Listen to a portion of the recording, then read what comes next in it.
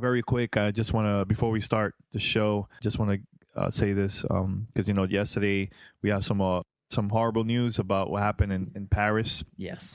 Yesterday. So our thoughts and prayers are with everyone in Paris, all the listeners. I know we have listeners over there. It's been a very, very sad day, man. And I even tried to play some games here and there, and I just I couldn't. I had to check out the news to see what's going on, and man, just it's been a horrible time, man. Yeah, I felt the same way. The news hit me pretty hard and kind of ruined the rest of my night when I heard about it. But had to read about it, be informed, and I just hope that we can be a small source of positivity out there in the world, and anyone that if unfortunately they're affected by this tragedy, that we can maybe hopefully brighten their day a little bit. That the world is going to a better place. We are improving. It's just we have some terrible elements in the world that I think need removing. But that's a separate geopolitical conversation, not for a gaming podcast. But again, we want to be here for our fans. We want to be a safe, comfortable place where you come here to have a good time. You listen to us. But we just want to take that minute just to reach out and just say our thoughts and prayers are with France and the world right now as they deal with the after effects of this horrible tragedy.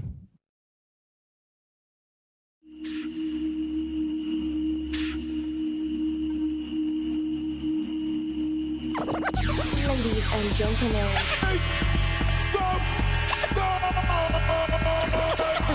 podcasting since 2005, you were listening to Gamer Tag Radio with your hosts Godfrey, Pete Rock, Paris, Pasta. Come on.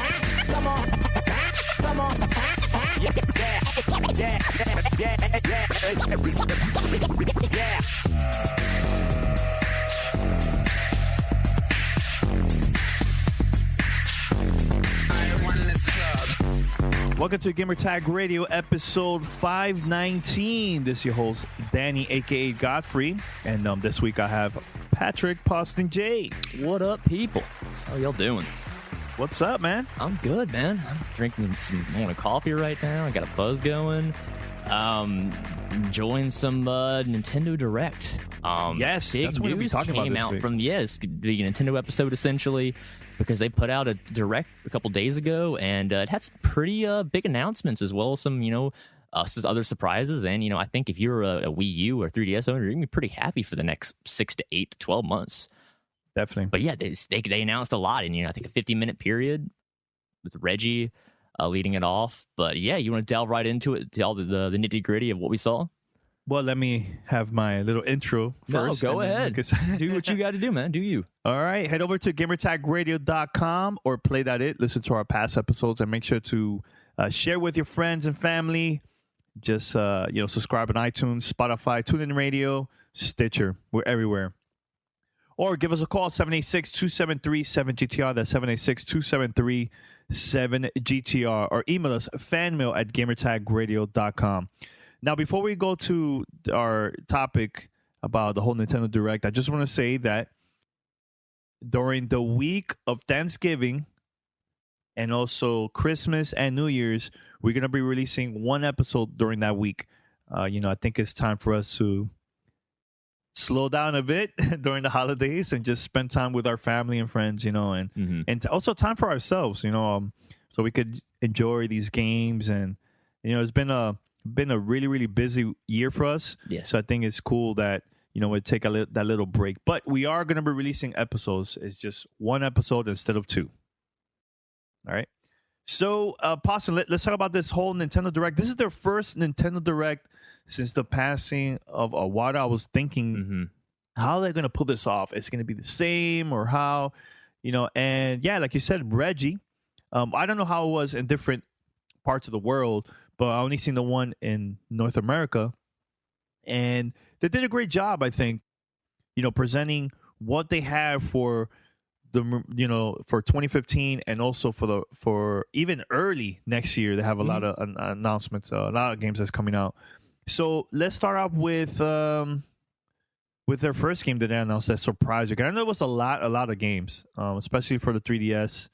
compared to the Nintendo Wii U. But which one you want to start off first? Let's go in the order of the direct was. So first off, the first one out of the gate was a surprise for me. They are going to make an HD remake of Zelda, the Twilight Princess. They're contracting a company out of Australia to handle the port for them. But yeah, it seems like this kind of came out of nowhere. Like they've been working on this in the background for a while, but that's going to be available on March 4th for Wii U. But they're going a step further as well. Very soon, yeah. And, you see some gameplay in motion from the trailer. It's still the same, the great art style that Twilight Princess had, the great combat. But now it looks like they went back and touched up, put in some anti-aliasing, made everything look sharper, a little clearer. It looks like almost like the kind of game I'd go back and play again. Because I only really, I don't know. I really like that game. Because for me, that was everyone when they were a kid either they were Team Ocarina or Team Majora's Mask, and I was always Team Majora's Mask as a kid, and I had to argue against the people who loved Ocarina. To me, Twilight Princess was the better version of Ocarina. It was that idea brought to at that time a next gen platform with the GameCube and then with the Wii. So I fell in love with the game on GameCube when it first came out. So I could see myself going back through because the combat in Twilight Princess is really good, especially compared to Skyward Sword, where you're forced to use the waggle thing, and that's a pretty divisive opinion. I think that's why I stopped playing, because I was just tired of the whole Wii remote. Yeah, I'll tell myself I'm going to beat it before the next one comes out, just on principle, because I've always beaten Zeldas before the next one comes out. But yeah, Skyward Sword really kind of lost me pretty much to the halfway point. So I'm looking forward to return to form of essentially having a Zelda Twilight, which I know is a good combat game, leading into, and I like this, they have make a connection with the new Zelda game coming out in 2016 for the Wii U. So when you buy this game, you can either buy it straight up, Zelda Twilight, or you can get a bundle on March 4th that comes with, they're making a new amiibo of Wolf Link with the young Minda on her back, on his awesome. back. Looks pretty cool. I can't lie, I'm not even an amiibo person, and I like the look of that. But they said if you purchase that amiibo and you use it in gameplay, that will carry over into the new Zelda. They're potentially trying to get you hooked early to be like, I know you want the new Zelda really badly. It's probably been many years since you played Twilight, and if you haven't played Twilight at all, I'd recommend it strongly. Certainly if you have a Wii U and you somehow missed out on that, and you can get, as Wind Waker as well was available pretty early on in the life cycle for the console. So lots of Zeldas available. They also mentioned this, that if you have the 5 other Legend of Zelda amiibos from the Smash Brothers series, that also will work for Twilight Princess HD. And they say there's going to be more announcements about new features that's going to be available in the game. They just they're waiting closer to launch. So maybe early next year, they'll probably make more announcements about that. Probably get into the direct probably in February, month before, and break all the details down. But yeah, as a Zelda fan, this is pretty exciting. Still not going to get me to get a Wii U at this point, but let's keep going and see if there's something else other surprising going on. Well, there is a teaser for the next Legend of Zelda for the Wii U. Teaser, and I have the press release here, and it says "quote unquote" not final name, so it might change. That got me curious about that. Okay, like they're not going to call it the Legend of Zelda because that implies a reboot, and that's confusing. So it'll definitely get a subtitle. For sure. But yeah, ending on that great little picture of Epona and Link with the hood on in 2016. I mean, that's a good way to get your fans pretty excited. It gets me excited. I don't even have Wii U. And the cool thing about all this too is that next year is the 30th anniversary of the Legends of Zelda series. Sweet. So I wonder how that is gonna affect with the whole the game next year that's coming out. Or I think it's gonna be coming out holiday of next year, because it will make sense. No brainer. For them to release it like November of 2016. Yeah. It'll be their big AAA title. They'll push it hard. Exactly, and it could come out against anything that Microsoft and Sony are going to put out, because it's untouchable. It's its own genre at this point. Yep, I agree. So maybe they'll have like a bundle with a whole bunch of other Zelda games in one, and you buy this. I mean, honestly, if they did a bundle that was the Wind Waker HD plus Twilight HD plus the new Zelda with the Wii U, that might get me to consider getting a Wii U. But again, this is on the pretense that the NX, as we've discussed before, is not the amazing machine we've speculated. But again, until E3, we literally know nothing outside of Nintendo's very closely guarded secrets. But it's a lot to be thinking about, because Nintendo, it seems like they're coming pretty aggressive. Both the end of this year with some of their big releases that you kind of surprising. We're still going to get more games the rest of this month and December as well from Nintendo going into early next year, when they pretty much don't stop putting out games.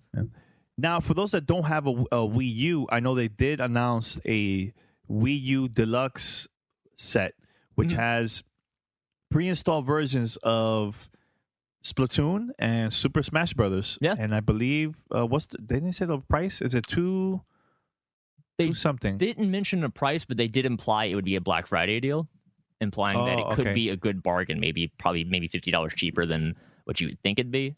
Which is not bad. Not bad, because if I was them, like, I'd want to get as many Wii U's in people's hands this holiday as possible, because you don't want to get overshadowed by the marketing machine at Microsoft and Sony, who are still aggressively trying to get consumers to be like, hey, you need to buy a PS4 or Xbox One this year, and here is why. Two great games, too, by the way, for those that haven't played Smash Brothers or Splatoon. Great games. Yeah. Splatoon is amazing. And speaking of Splatoon, that actually transitions well. Big announcement about Splatoon. It's getting way more free DLC. I know it's gotten a ton already. It's a very active, supported community, but they've come out, so they're still putting out more stuff, more modes, more levels, more outfits, more gear. Just the kind of stuff you would expect from like an MMO you paid for every month. But no, this is from a $60 game that you bought back in the summer, and you're still getting free content updates. I think it's great news, because usually companies, I mean, I could think of one right now that have been releasing a lot of free content. And of course, I have expansions and stuff later, like The Witcher 3.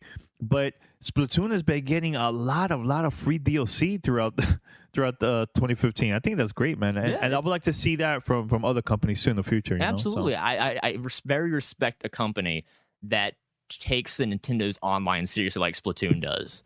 Because I mean, I've played matches at friends' house before. Those are some smooth online matches. Not what you would expect from a Nintendo online game, but it's handled very well, and that's still a damn fun game. I'd recommend that to anybody, because you could look at it and be like, I don't know. You got to try it. It's one of those games you have to try, and I promise you'll probably like, because it is so radically different from everything else out there. So yeah, that's a great deal to bundle that with a Wii U, because I think any Wii U owner needs to have that in their collection. Definitely. Now let's go with the next game, Paulson. I have here the new Pokken Tournament. Yep. Let's talk about that, because the footage that they show was still from the arcade. They haven't showed the Wii U version yet. Mm-hmm. So I'm very curious about this, because you're a fan of Pokemon. Will this get you tempted to maybe purchase a Wii U still, or not? No, but again, it's adding to a library of games that over time is starting to make me go, you know what? I mean, I kind of do really want to play all these games. Mm-hmm. But that said, I'm an Xbox One gamer, a PS4 gamer. I'm just now becoming a Master Race gamer, getting into PC gaming. So the time for my gaming is like shrinking and shrinking. But like everything Nintendo shows is very appealing, because I'm not getting those experiences on PC, Xbox, or PlayStation at all. I mean, that's still why Nintendo is still such a respected member of the gaming industry, is because they make experiences you can't get anywhere else. And for me, it's like, usually I'm the hardcore guy. I'm camping out day one for the system because I want it, I want the new hot thing. But, the people that wait, that have the patience to be like, I'm going to wait, give it a chance, give it a library of games to come out, and then I'm going to pick it up. That's becoming the Wii U at this point for me. And again, this all comes back to whatever the NX is going to be. But right now, the Wii U is looking like a better and better system every single game announcement I see. Because they're kind of hitting all these bars that, like, these genres I'm not seeing represented on other consoles. And here's the crazy thing: it's first-party games. Yeah, it's not third-party. So, because see, like Sony is depending on a lot of the third-party games right now, and yeah, Microsoft has their first-party games here and there. But Nintendo is, out of all three, they're the ones releasing the most first-party games out there from anybody else. Yep. Welcome to Play It, a new podcast network featuring radio and TV personalities talking business, sports, tech, entertainment, and more. Play it at play.it. Voicemail 786-2737-GTR. So let's go with the next thing. Of course, they said that there's a Shadow Mewtwo that you could play in the game, of course. Yeah, but if you get the amiibo card, you could also, that will help you to unlock the character, and you can start playing it right away instead of doing all these other things for you to unlock it. So he looks like an end-game unlock, but they're saying if you're like one of the, you get the first run editions, you're an early adopter, you get him immediately. That looks pretty cool. I've never heard of Shadow Mewtwo. I get, because I'm kind of out of the current Pokemon scene right now. I didn't play the Omega Ruby and the Sapphire remakes one, so I'm not sure if Shadow Mewtwo is just something that's invented for Pokemon Tournament. But it looks awesome. I can't lie. Awesome. Because Mewtwo's like my favorite Pokemon. P is a fan of Mewtwo. Me and Pete are on the same page. That's our favorite Pokemon. So it's like, he went to the store to get the amiibo. He doesn't even have a Wii U. He went to the store to get it. I know people like that, man. Some people really like those amiibos. They're getting pretty cool. Can't lie. What about Star Fox Zero? They also announced that. Yeah, it's finally got a date, believe it or not. Finally. It's coming out April 22nd of next year. It's real. That date's much later than I thought, but obviously they want to make this game as good as possible. And I think that's a perfect time, though. Spring is a great time to release. It comes out in April usually, so it's safe. Oh. I mean, it'll move Wii U consoles. I'm confident of that, and it'll definitely get a lot of people maybe dust off their Wii U and get back into it. Because I mean, this would have been Star Fox should have been their killer app for November for this year, but I would rather have the game be finished, and I'm sure a lot of other people would be as well. Well, here's the scary part about Star Fox. You know, I been talking to a couple friends of mine that played it during E3, and they were not impressed. So I don't know, maybe it was too buggy or what. But I'm gonna give it a chance once it releases next year for the Wii U. I mean, I'm a huge fan of Star Fox. I'm only a casual Star Fox player, but I mean, I still like flying an R-Wing around, and then you have the transformations with the new Landmaster. You have the Grabmaster down, the tank can float. You can turn into like a little chicken robot, be a gyrocopter. I mean, it's everything you should do in a Star Fox game, which besides getting out of the vehicles. Yeah, that's when they seem to fall short, is when you get out of the vehicles. But keeping it a vehicular combat game is the way to go, because again, there's nothing else like that right now. And Star Fox, invented that, so might as well come back strong with it. So I mean, I'm pretty excited. I know friends are going to get it day one for their Wii U, so I'll definitely be going over and playing it and checking it out. But yeah, I'm pretty excited. Can't lie. What's next? So next we can go to Mario Tennis Ultra Smash, talking about Wii U games coming out this year. The new Mario Tennis is coming out November 20th, right around the corner.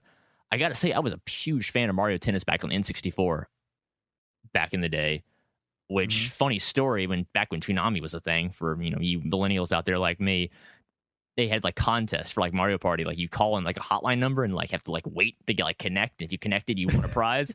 I remember old school, and I won like third prize in that contest. And I remember like flipping out because like the first time I'd ever won anything like contest wise. So good memories of Mario Tennis because of that. Always was a fun game. And some of the new abilities they've added, like you can like do a super jump now to like get volleys in the air and spike them down. It looks like it's a pretty feature-rich Mario sports title. I've always enjoyed Mario sports titles, but I think tennis was always the best one in my opinion. So this looks, from the gameplay I'm watching right now, like this looks something I would definitely play. And it's only $49.99. Not bad. Which is not bad. Not bad. Let's go with the next game that I'm very excited about, but now I don't know if I should buy it or should wait for the reviews or what. Xenoblade Chronicle X, massive RPG game exclusively for the Wii U. It's coming out December 4th. Of course, it's going to be $59.99. Now, here's the thing that paused me for a bit, because I was planning to get the disc version for this game, right? But Nintendo announced that for the people that purchase the physical version of the game, there's going to be 4 free high-speed data loading packs that's available to download. Each of them is 2 gigs. Now, so if you buy the disc, you have to download one of these. There's one that's called the basic pack, which is highly recommended for you to download. That will help you to load up the game while you're playing. But if you download the digital version, you don't need to download none of that, because it's already available within the digital version. So now the thing is, I don't have that much space available on my Wii U, so I'm debating what to do now. So I mean, from the outside looking in, I haven't tried the past Xenoblade games before, but all the footage I've seen, and from the initial announcement, I think last year, of this title to coming up to the release now, it looks very good. It looks exactly like the title that the Wii U needed, and it kind of almost looks too good to be on the Wii U at points. Not to diss the Wii U's hardware, but like some of the visuals that are pulling off on the Wii U are very, very impressive. Not to mention, this mech-based gameplay, this large open world, these action RPG elements. I mean, it looks really, really impressive from what I've seen. So we're definitely the kind of game I would pick up if I had the console, just because I haven't played a good JRPG in quite some time. But yeah, it reminds me kind of like Phantasy Star Online / Monster Hunter. Definitely get that vibe. type. I don't even like Yeah. Monster Hunter that much, but like when you do it in that style of JRPGs, giant robots, like I like that. That appeals to me, and I could see myself really getting into that at some point. So I mean, again, add this to another list of titles that slowly is becoming maybe a future Wii U library for me, or hopefully a port to the future NX system. We'll have to see. But yeah, Danny, I would say go ahead and get the digital version.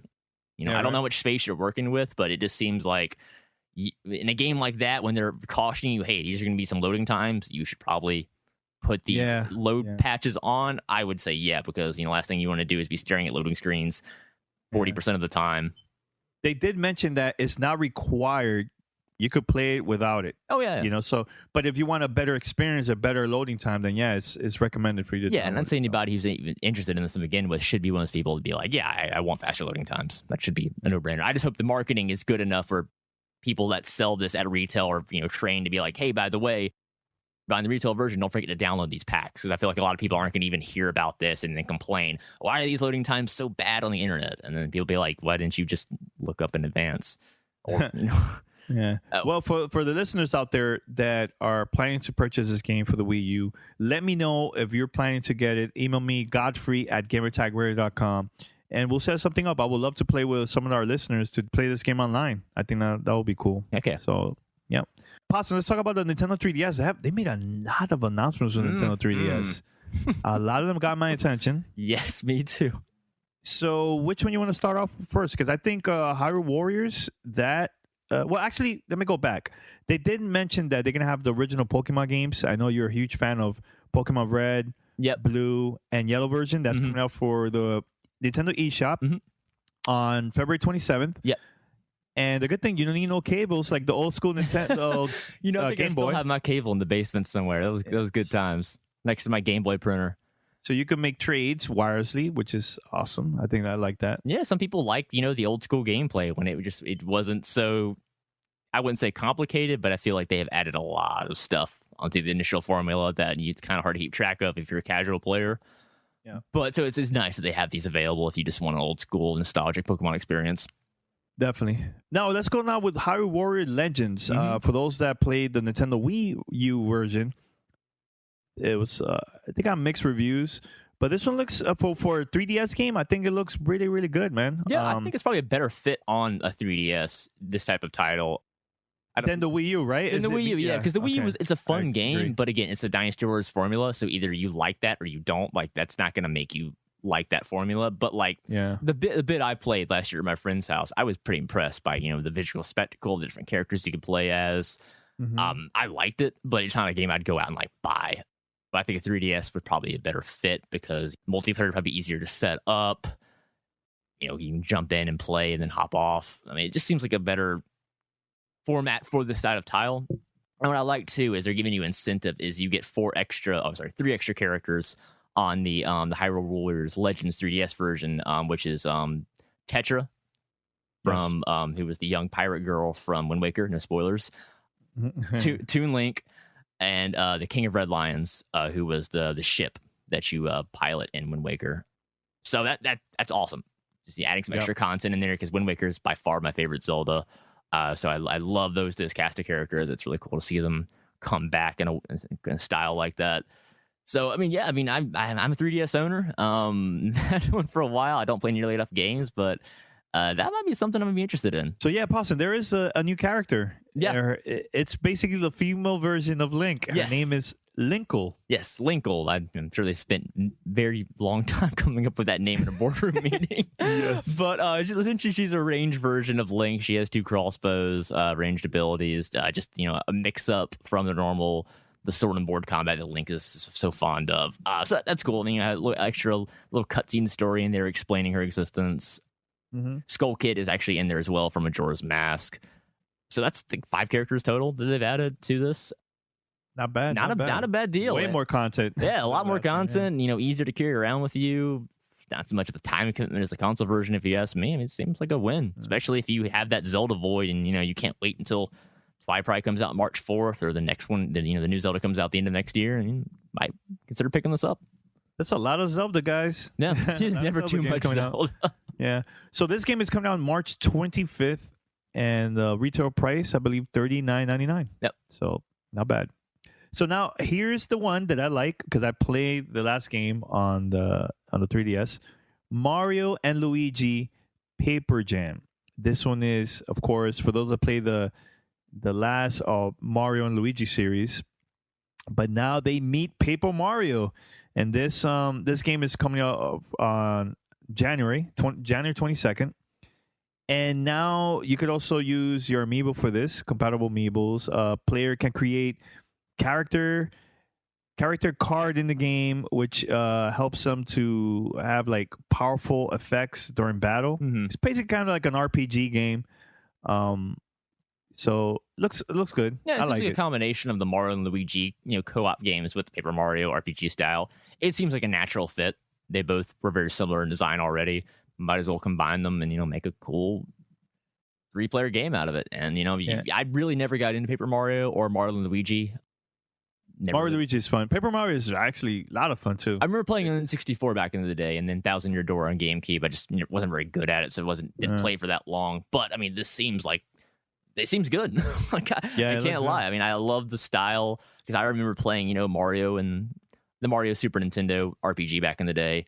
Mm-hmm. That was a lot of fun. So I mean, got a kind of soft spot for Mario's lighthearted take on the JRPG mechanics. So it seems like you get 3DS and you like you some Mario and you like some RPGs. I mean, no brainer. And you're all set. You're all good, man. Now let's talk about Fire Emblem Fates. There's, I believe, 2 games that's coming out. One is called Fire Emblem Fates Birthright, and Fire Emblem's Fates Conquest. Correct.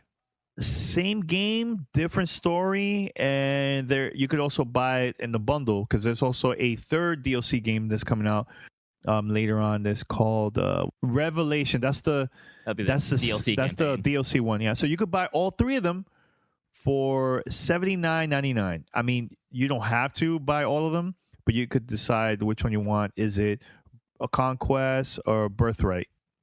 So your thoughts, Boston? I know you're not a fan of multiple versions like this, but think of it as Pokemon. They've done that. They've done it with other games too. So okay, so first of all, I don't like the argument that just because Pokemon can do it, that it's okay for other Nintendo games, because then that starts a pretty vicious trend of they're like, well, if they'll do it for this, I'll do it for this. Will they do it for Zelda? Will they do it for Mario? Will they do it for Metroid? And then that's just like, I think it's going on an entirely wrong path. I don't agree with this decision to split it up. I think Fire Emblem was always best being having a lot of content for that one price point. I'm trying to be cheap or anything, but just because that was always Fire Emblem's appeal, is like you knew you were going to have lots of hours of gameplay from this one game because it had either multiple campaigns in it or it had replayability. I do like the aspect of Fates a lot. Now there's a story reason why it's 2 games, because it comes down to the core gameplay. You decide whether if you want to join with like your native people or you join the invaders coming to conquer the land. So you have the 2 storylines of do you want to conquer the world or do you want to save it, that kind of stuff, and the DLC will expand on that. It's a great idea. I just kind of wish that was one complete game. I don't know if that was a limitation of the 3DS cartridge. I somehow doubt that. This is a marketing thing. But even though I love Fire Emblem, I'm definitely going to pick this up. I would only buy one of these. And I'd probably which one? Not at this point. I have to do a lot more research, probably closer to launch, to figure out exactly what I'm getting in one versus the other. Mm-hmm. Because that would be lame if I'm buying a certain version predispositions me to picking that faction side. Like if I'm missing content, if I didn't go with that faction with that version, I'll be pretty upset about that. But the gameplay is really all that matters because it's a Fire Emblem game. It looks really good from what I've seen so far. I'm liking the bigger focus on a plot this time around. Mm-hmm. Again, I haven't really been into a Fire Emblem game probably since Shadow Dragon, like on the original DS, and then the original, DS. And then the one that came out, I can't even think of the name of it, recently on 3DS, Awakening. That was awesome. Very, very well as well. Really well so done. yeah, love Fire Emblem, but bring it on. I'm really skeptical right now. I can't really run out and sing the praises of this 2 game method for Fire Emblem of all things, but I'd have to see more of it and figure out exactly what I'm getting, what I'm not getting. But I'm certainly not going to cough up that what is it, $70-$80 for all three of them, because I want to make sure the game is good first before I'm investing money in DLC, because at that point that's season pass territory, and I'm not comfortable with that even with Nintendo and a game series I really like Fire Emblem. I think it's better to just play the game, make sure you like it, and then if you like it, give more money to the developers and get an extra content. But as it stands right now, it looks like a fun game. I'm definitely gonna pick up a copy of it. But yeah, we'll let if we take any feedback to people that that do like this method for any reason, please, love to hear your argument for it. I just think that just because Pokemon does it, it's just not good enough. And if that's Nintendo's official answer, then I'm kind of peeved about that. But I feel like they would dodge that question pretty expertly if we even asked them that.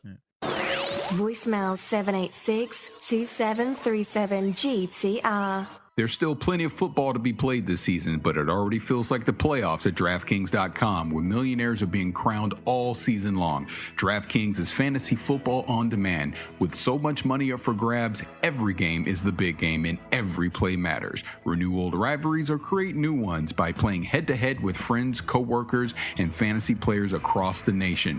This isn't fantasy as usual. This is DraftKings. Welcome to the big time. Like we've been saying all season, folks, why be stuck in a season-long fantasy football league draft when you can play every week at DraftKings.com? Pick your players, set up your matchups, and cash in. Look, people were talking about Tom Brady early in the season. Now people are talking about Devontae Freeman. I mean, there's always going to be that gem that you can find. If you can find them at a low price, you can be a winner at DraftKings. So hurry to DraftKings.com now and turn your love of football into a life-changing payday. Use our promo code GAMERTAG and play for free with your first deposit in Sunday's $1 million fantasy football contest. First place takes home $100,000. Enter that promo code GAMERTAG for a free entry now, only at DraftKings.com. That is DraftKings.com. This is Gamer Tag Radio. Voicemail 786-2737-GTR. Well, now we also have some DLC announcements. Legend of Zelda Triforce Heroes. They are going to have like additional outfits, unique powers, stuff like that. And also, they're adding more than 30 stages to the game, which is not That's bad. awesome. Not that I bad. still haven't got a chance to try that game yet, but it looks pretty fun. Me neither. Yeah, me neither. Also, Pokemon Super Mystery Dungeon. You check that out? Yeah, briefly. It looks okay. I've never tried the Mystery Dungeon games. It's a turn-based. It's a turn-based type game. Yeah, so I mean, it's just it looks decent. I've always stuck with the core Pokemon games, and then the N64, of course. I love things like Snap and all the other weird games like that. But I never really messed with Mystery Dungeon. But I mean, people like it. I mean, they've made a lot of Mystery Dungeons, so clearly they're doing something right. So more power to you if you like Mystery Dungeon. You're going to get more of what you enjoy. And some people just like playing as Pokemon. Some people just hate the concept of being a little kid making monsters fight to the death. That's morally wrong to them. So it's like, no, the Pokemon can do it. Then it's okay. They're making their own decisions. So let's talk about the last game. I mean, there was other like DLC announcements and Amiibo announcements. But let's talk about Dragon Quest. 2 Dragon Quests in 2016. I'm in shock. I thought it was only going to be one, but one is going to be available early of next year, and the other one will be hopefully summer of sometime 2016. The second one. So the first one is called Fragments, Dragon Quest 7 Fragments of the Forgotten Past, and there is another one, Dragon Quest 7 Journey of the Cursed King. And it's both for the Nintendo 3DS. Your thoughts, Posic? It looks pretty good. The video that they showed looks pretty good. And finding it coming to the States. Honestly, I've never really played a Dragon Quest game. And it was funny is 8 was the one back when it came on PS2. Remember how like jaw-droppingly good that game looked for a PS2 game with its art style. I was like, you know what? I kind of really want to play that. And I had a lot of friends telling me, yeah, play Dragon Quest 8. It's my favorite of the series. Definitely need to try it. And then, of course, 9 was on DS. 10 was an online game, like an MMO on the Wii. So kind of been missing out on like an actual real Dragon Quest. But the fact that they're bringing back 7 and 8 now, which are 2 distinct styles of Dragon Quest for the fans that, they like what they like. Because the Dragon Quest has always been pretty good about mixing up their formula. But I've always been a Final Fantasy guy growing up, so I've always kind of defaulted to that. But having a portable version of 8 actually sounds pretty good, especially because I already have the 3DS. I've heard nothing but good things about it. I just don't think I could go wrong with that. And then, if I like 8, maybe I'll try 7 as well and kind of get myself, acquiesced to Dragon Quest. So, whenever they make, the new one, I'd probably be on board for that, because right now it's kind of a drought of JRPGs. Certainly if you're an Xbox or PlayStation gamer, you just got to get nothing right now. I mean, Fallout's amazing. Don't get me wrong. But like JRPGs, there are certain itch that they scratch. And I just don't feel like I've had any of them recently. So props to Nintendo for bringing them, a lot of them. And not just Dragon Quest either, but we're getting a new Final Fantasy game too. Yes. Final Fantasy Explorers. Yes. Another action RPG on 3DS. That's just so cool. And you can play as a lot of the famous heroes and, heroines, I'm sorry, from the core Final Fantasy games. Like Lysa Lightning in there, Squall, Cloud, Zidane from Final Fantasy 9. I mean, that guy to me gets me excited. You show me some PS1, Final Fantasy. I'm like, oh man, that's my childhood. That's what's up.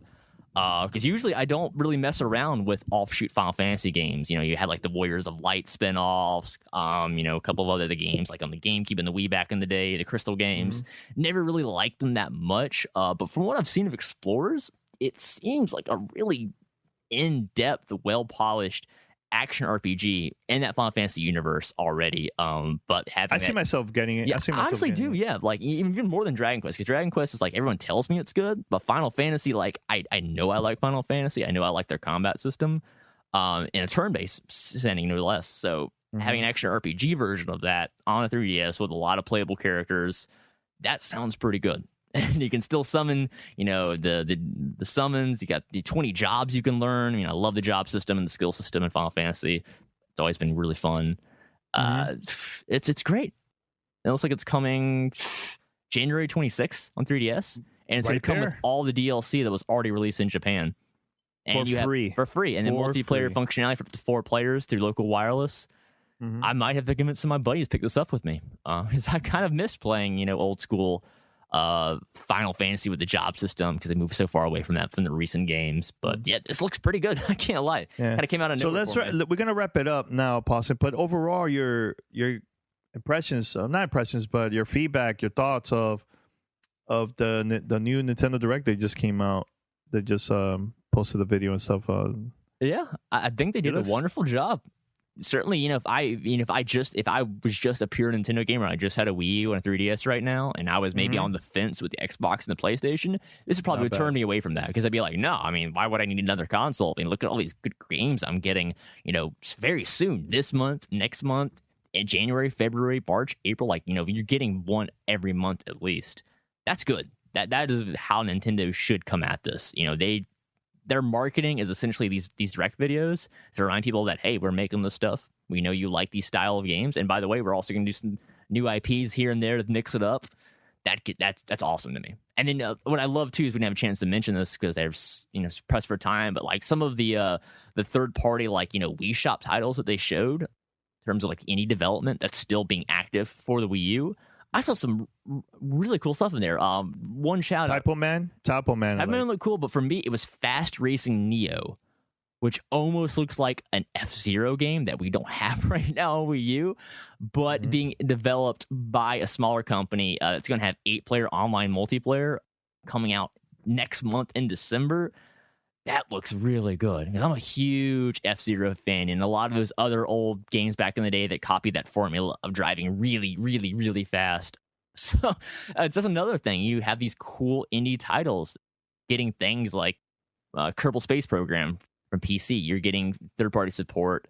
You're getting Mega Man Legacy Collection on there as well. Project X Zone 2, if you're the hardcore Capcom, Sega, Bandai, Namco geek, kind of like I am, that combines all of those characters together into like the one super RPG. Very successful in the last game.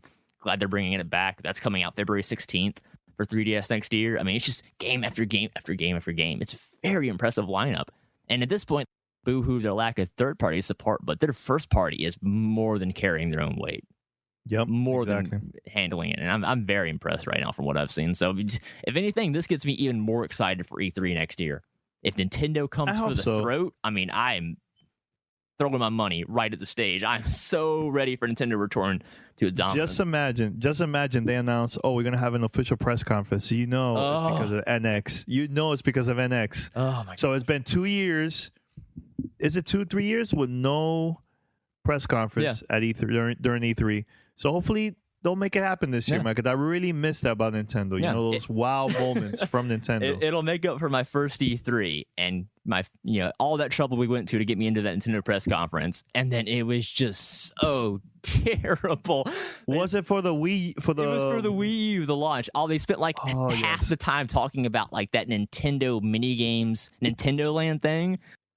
Oh, it was so bad. After that, they're like, "Yeah, we're not gonna do this anymore. We're gonna do directs now." So hopefully this could be next year could be the year to be like, you know what, we do have a lot of cool stuff to announce. We don't want to do it online on a video from Japan. We need to show you guys this. Everyone can collectively lose their minds like the old days.